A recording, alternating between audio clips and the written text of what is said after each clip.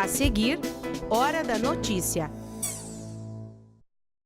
Estudo de um dos principais centros de pesquisa da Europa analisou os efeitos da poluição no gene humano. A pesquisa foi liderada por um professor aqui da UPF. Como deve ser o verão e os efeitos na agricultura aqui para a nossa região, a gente conversa sobre o assunto com o agrometeorologista da Embrapa Trigo, Gilberto Cunha. Hoje começamos a reapresentar uma série de 5 reportagens sobre a história do ensino superior em Passo Fundo. E ainda há 11 anos, o Natal Ecológico do Boqueirão Legal encanta quem passa pela Avenida Brasil, aqui em Passo Fundo. Hoje é segunda-feira, 24 de dezembro, véspera de Natal, é hora da notícia.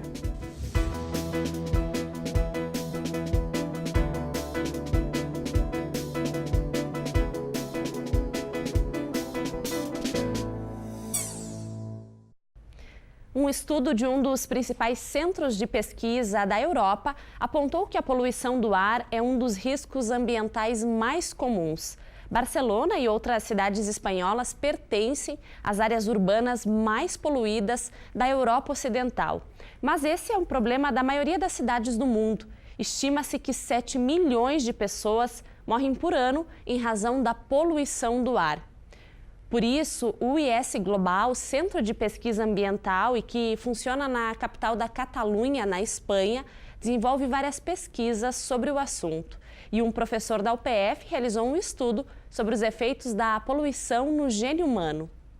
As fotos mostram pessoas comuns, de sexo e idades diferentes, fazendo exercício físico ao ar livre. Até aí tudo bem, mas o diferencial é que elas estão em Barcelona, uma cidade que tem os mais altos índices de poluição do ar, de acordo com o IS Global, Instituto de Saúde Global de Barcelona, que reúne pesquisadores do ambiente hospitalar e acadêmico. Por isso, fazer testes assim no ambiente externo, em contato com o clima, foi o que fez da pesquisa do professor José Eduardo Vargas ser inédita no mundo.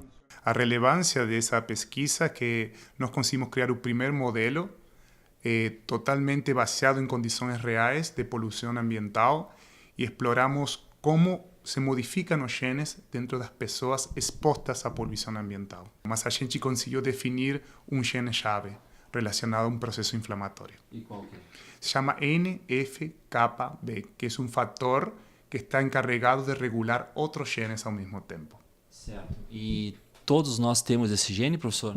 Todo mundo tem esse gene. Quando a gente está exposto à poluição ambiental ou está fazendo exercício físico, nós ativamos esse gene. Quando não fazemos exercícios físicos, joga a favor nosso. Em poluição ambiental, ativa processos inflamatórios que a longo prazo podem produzir doenças.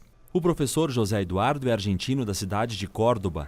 Geneticista, tem mestrado e doutorado pela Universidade Federal do Rio Grande do Sul. E entre os 3 pós-doutorados que fez, um deles foi realizado em Barcelona, no IS Global. Lá, ele contou com a orientação do pesquisador Juan Ramón González Ruiz, estatístico com mais de 100 artigos publicados, incluindo a revista Nature, uma das mais conceituadas na área de ciências. Nesta parceria, o professor da UPF inovou, levando a pesquisa para o ambiente externo dos laboratórios. Todo mundo pode estar sujeito a doenças. Por exemplo, infarto e asma são produzidas justamente por poluição ambiental. Mas não se conhece quais são os mecanismos moleculares que levam a isto. Nosso trabalho, então, conseguiu definir de uma forma precisa quais são os genes envolvidos nos mecanismos moleculares que podem, em parte, influenciar ou causar este tipo de doenças. Através da pesquisa Contaminação Atmosférica no Entorno Urbano, o professor criou o primeiro modelo de poluição ambiental mais parecido com o mundo real. Foram analisados os genes em momentos de exercício físico e em repouso, nos ambientes poluídos. No estudo, o professor pesquisou sobre os efeitos da poluição no organismo, os genes e que pessoas têm disposição a adquirir doenças em razão da poluição do ar. Para o estudo foram feitos testes em 2 regiões de Barcelona, em uma grande avenida de tráfego intenso de veículos e outra com menos trânsito e perto do mar Mediterrâneo. Inovador pela maneira como foi realizada a pesquisa. Pela maneira que foi realizada a pesquisa e pela estratégia também de análise. Não só combinamos exercício físico, poluição ambiental, medição de parâmetros de poluição ambiental, como nos sentamos em laboratórios, analisamos o sangue das pessoas, nos sentamos com computadores, analizamos os genes e chegamos a conclusões utilizando diferentes tipos de metodologias ao mesmo tempo. O trabalho de pesquisa foi realizado sob a responsabilidade do professor José Eduardo, com a liderança do IS Global de Barcelona e a cooperação de outros centros internacionais de outros países, como Estados Unidos, Brasil e Dinamarca. A lição que o professor tirou desta pesquisa é que para combater doenças e enfrentar o mal da poluição urbana, o melhor remédio é o exercício físico. O exercício físico é fundamental. É uma adaptação fisiológica que tem o organismo e de alguma maneira nos protege sempre dos fatores externos que podem ser nocivos para a nossa saúde. Sim. E se a poluição é um problema ambiental sério, o calor extremo é outro sinal de que as coisas andam estranhas no clima. O verão começou na sexta-feira, dia 21, só que na última semana a cidade de Antonina, no litoral paranaense, registrou às 3 horas da tarde 41,8 graus, de acordo com o Sistema Meteorológico do Paraná. E aqui no estado, será que a gente vai ter temperaturas altas assim? Para falar sobre o assunto, nós convidamos hoje o agrometeorologista da Embrapa Trigo, Gilberto Cunha. Seja muito bem-vindo ao PFTV. Obrigado.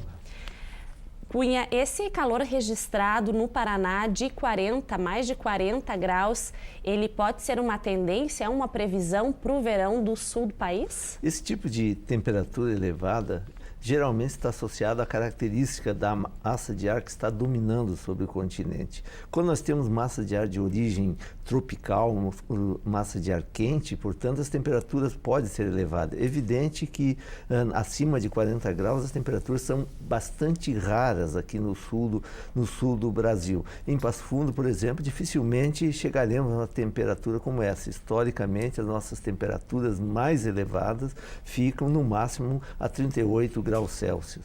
Mas sim, é possível, num curto período de tempo, nos momentos mais quentes do dia, no meio da tarde, podemos ter temperatura. Aqui na região, eu diria no máximo entre 37 e 38 graus Celsius. Então, também com relação ao que aconteceu no Paraná, foi divulgado uma sensação térmica de mais de 80 graus. Isso é possível? Eu diria que talvez esteja um pouco exagerado. A sensação térmica é um conceito muito útil para as regiões frias e quase sempre relacionado a temperaturas baixas, a extremos de frio. Existe um cálculo de temperatura efetiva, aquela que efetivamente se sente na questão das temperaturas altas, que envolve uma relação entre temperatura e umidade. Então, quando há uma condição de temperatura elevada e a umidade do ar também é elevada, a sensação de calor, de mal-estar aí dos seres humanos, ela é pior. Por exemplo, uma temperatura no cerrado brasileiro, em que a umidade é bastante baixa, ela é percebida, ela é sentida diferente das temperaturas na região amazônica, por exemplo, que tem temperaturas altas, mas umidade também elevada. Então, existe essa relação. A sensação é pior com temperaturas mais altas e umidade do ar elevada. Tão elevada assim na faixa de 80, possivelmente seja um cálculo feito dentro de uma equação física cujo resultado já gera qualquer coisa fora de um parâmetro que eu diria dentro do normal, do aceitável. O que a gente pode esperar então para o nosso verão? Bom, a expectativa desse verão de 2019, pelo que iniciou ainda nesse mês de dezembro de 2018, é que deverá atuar um evento El Niño, mas um evento El Niño de intensidade fraca. Consequentemente, todos os prognósticos sinalizam aí que teremos, na maior parte da região sul, chuvas dentro dos padrões normais do clima ou um pouco acima em algumas regiões. E as temperaturas ficarão muito próximas e mais na faixa litorânea, com possibilidade de ir acima dos valores médios normais para a época do ano. Com essa previsão, então, de temperatura, com essa previsão do clima, o que os agricultores podem esperar, como devem se preparar e ficar atentos, então? Inquestionavelmente, anos de El Niño para a nossa agricultura de grãos, safra de verão, soja em particular, são os anos melhores, são os anos de melhor desempenho na agricultura. É evidente que, sendo El Niño ou não El Niño, sempre ocorrem estiagens de curto prazo, de 1, 2, 10, 15 1, 2 semanas, 10, 15 dias aí sem chuvas, e o importante, acima de tudo, para diluir esses riscos de natureza climática, é ter um sistema de produção mais resiliente, mais diversificado. O problema se dá quando se concentra toda a semeadura numa mesma época, quando não existe preocupação com a qualidade do solo, com rotação de culturas. Então, realmente, períodos de estiagem de curta duração acabam causando problemas mais pelo mau manejo, uma má gestão da produção da agricultura que propriamente causada pelo clima. Tá certo. Obrigada pela tua participação aqui no Hora da Notícia. Um Feliz Natal, Feliz Ano Novo e até o ano que vem. Até o ano que vem. Igualmente para vocês e para todos que assistem ao PFTV. Obrigada. E de acordo com a CDL, o horário de atendimento no comércio de Passo Fundo neste dia 24, véspera de Natal, é até às 6 horas da tarde. Amanhã, Natal, dia 25, todos os estabelecimentos comerciais devem estar fechados. E depois do intervalo, clima de Natal para quem passa pela Avenida Brasil em Passo Fundo. É o Natal ecológico do Boqueirão Legal. Nós já voltamos.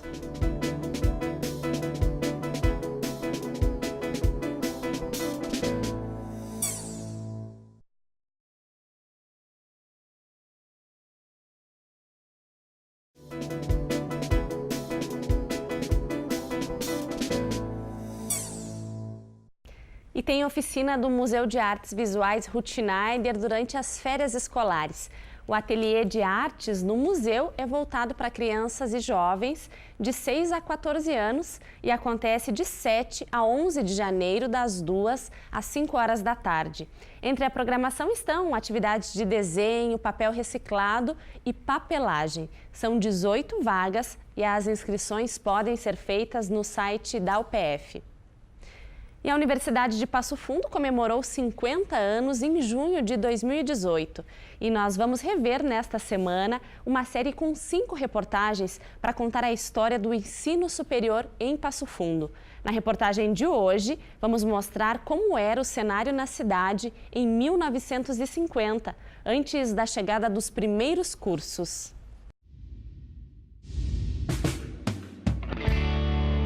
Qual foi o diferencial que faz o Passo Fundo ser o principal polo econômico do norte do Rio Grande do Sul, que faz Passo Fundo se tornar o terceiro polo médico do sul do Brasil?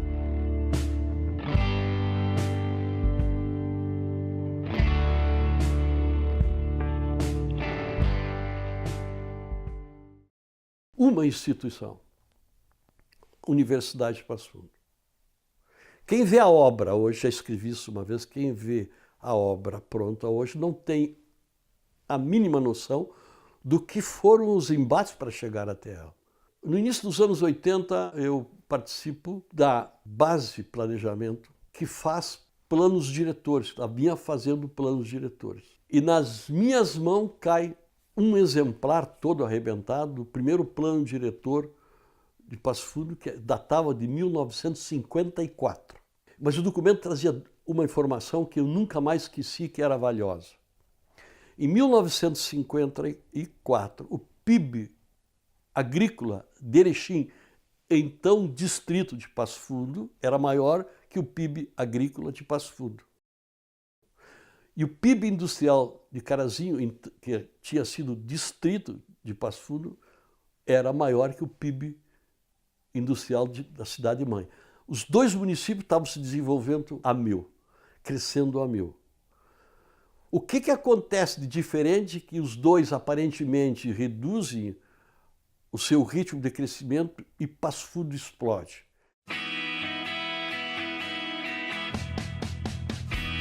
Pouco antes dos anos de 1900, o Brasil apresentava apenas 2 faculdades de Direito, 2 de Medicina e uma escola politécnica. A iniciativa privada entre os anos de 1891 e 1937 deu um novo ritmo para a abertura de escolas superiores. Foram criadas 31 instituições.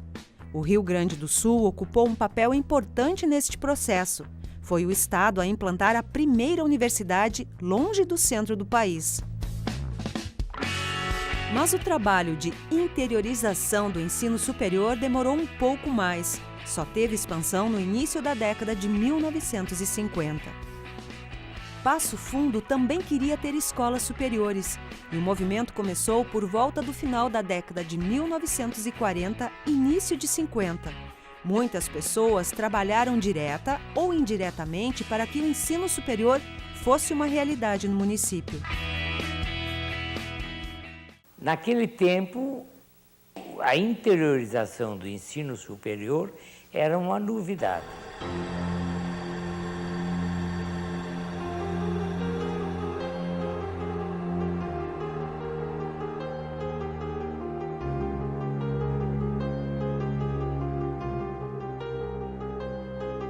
Eu nasci em Encantado, dia 4 de março de 1936.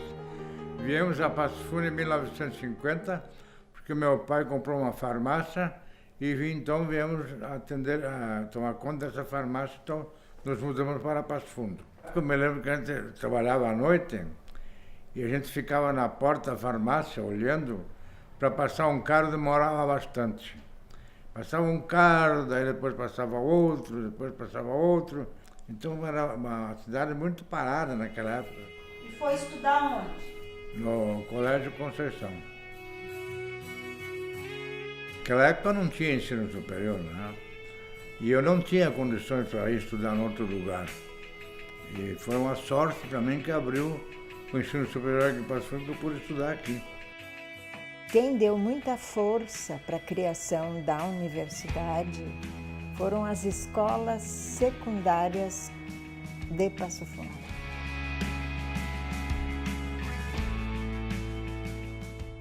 Pega o ensino secundário que começou a trazer gente, que talvez seja um dos fatores mais fortes para divulgar o nome de Passo Fundo e fixar gente de cabeça aqui. Elas foram a base para o processo de criação da Universidade de Passo Fundo. Conceição, Notre Dame, Bom Conselho, IE, duas igrejas, os protestantes e os católicos, que dão a resposta do ensino de segundo grau. Só depois viria o INAVE, que foi uma escola exemplar em termos de segundo grau do Estado, né? Porque era um reforço que o MEC, na época era Conselho Federal de Educação, pedia aos municípios que queriam a universidade. O que já existe aí de ensino?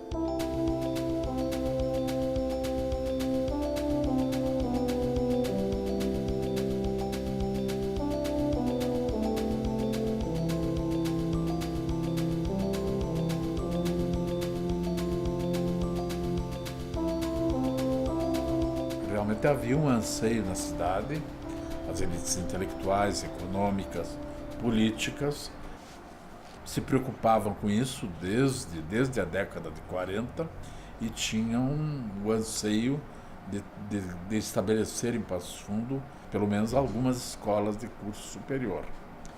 O professor Antônio Donin, ele trouxe um sonho realmente interessante e ele agregou pessoas em torno desse sonho e a principal figura foi o Dr. César Santos, né? E que realmente começou a movimentar essa ideia e tentar transformar esse sonho num projeto de pés no chão, criar realmente curso superior, né? Para que esse movimento se desenvolvesse, se ampliasse e que, afinal, tivéssemos as nossas faculdades.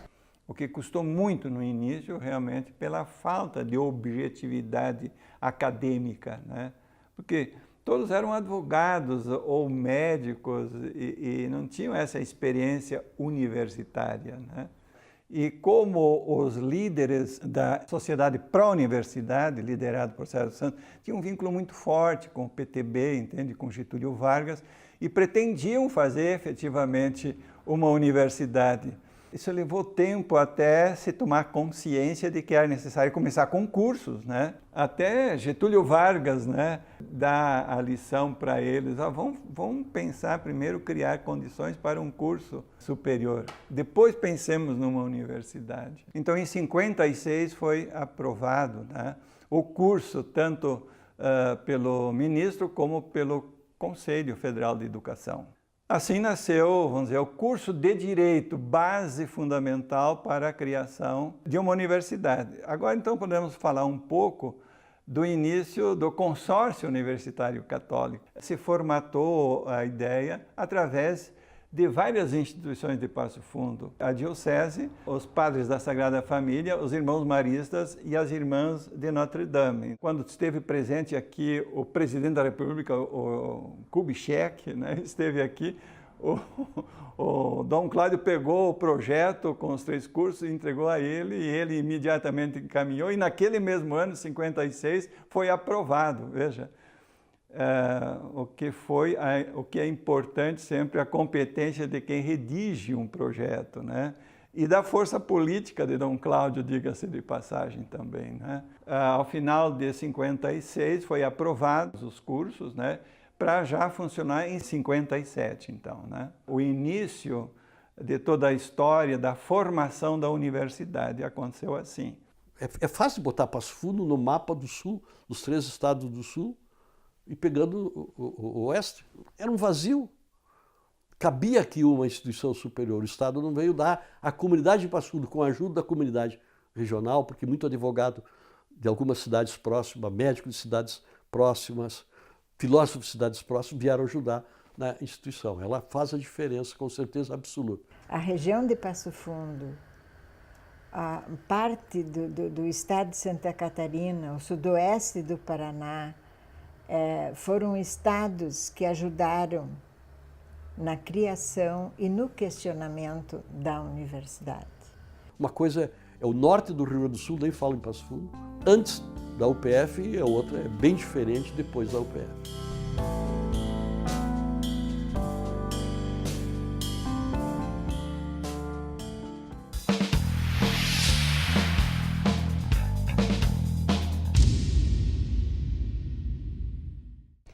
Ele está na 11ª edição e continua encantando quem passa pela Avenida Brasil em Passo Fundo. Estamos falando do Natal Ecológico do Boqueirão Legal.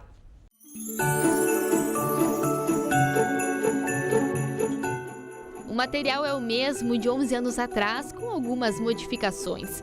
Mas a energia de quem passa pelo trecho do Natal Ecológico sempre se renova. Está remetendo à infância, porque no nosso tempo a gente vinha a Passo Fundo para dar uma voltinha de trem. Isso tinha que ser direto, mas não dá, né? Mas é muito bom, principalmente eu que tenho uma menina pequena, isso é maravilhoso.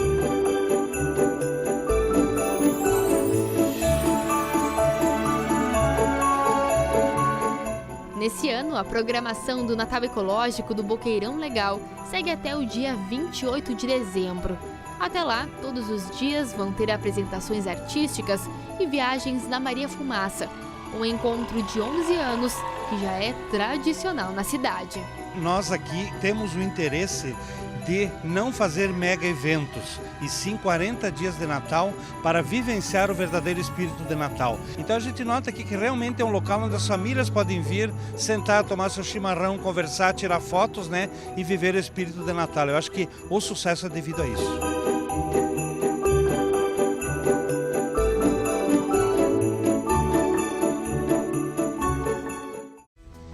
Essas foram as informações de hoje. Esse programa tem reapresentação à noite em 2 horários, 7h30 e 10h30. A gente volta amanhã, ao 12h30. Até mais!